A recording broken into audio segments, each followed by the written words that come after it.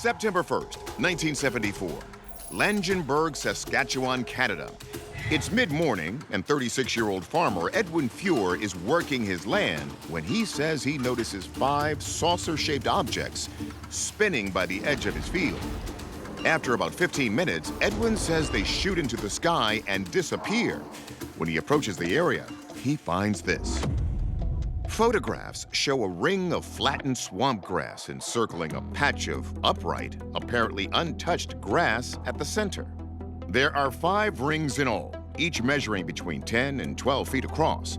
Overnight, Edwin and his photos become international sensations, and officials took the sighting so seriously that it became one of the most documented UFO cases in Canadian history. This incident was reported to local law enforcement. The Royal Canadian Mounted Police, the RCMP, actually investigated this, and they could not say conclusively that this was a hoax. The RCMP report characterized Edwin as a reliable individual, and further testing also seemed to support his account.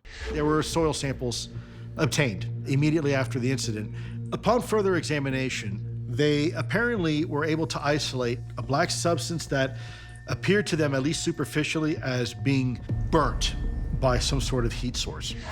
Sound alien? Many people think so, but not everything that comes from the sky and leaves a mark is from another world. I remember reading a historical report from the early 1970s where in the Midwest we were testing a particular rocket. The launch went perfectly. You had booster separation, and one of the rings to the rocket engine was naturally very hot. And when it landed, it actually scorched the earth and started a fire in a farmer's field. When word of Edwin's sighting got out, thousands flocked to his farm. A plane even landed in a neighboring field to get a closer look. Was his damaged property a UFO landing site or something else? The horizontal landing and takeoff of a conventional aircraft clearly wouldn't leave a circular imprint like we see here. So we first ask if this could have been caused by a vertical takeoff and landing aircraft.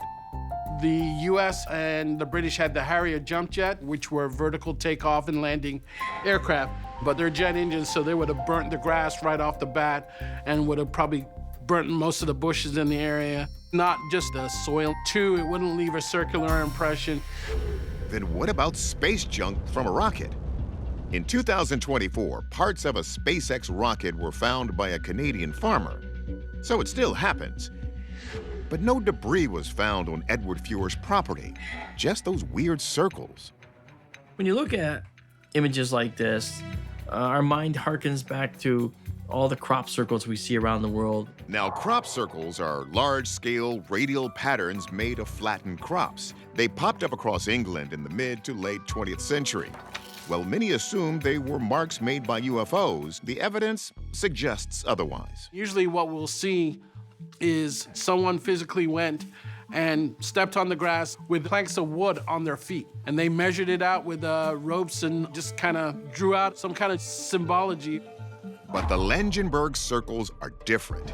They lack that precise geometry, which is the telltale sign of human handiwork. Instead, these rings have a soft, wind-swept shape. When you look at a flying saucer, you can imagine that spinning rapidly, it could have some type of effect on the grasses here. And there's that strange soil sample which contained an anomalous black precipitate that scientists could never explain.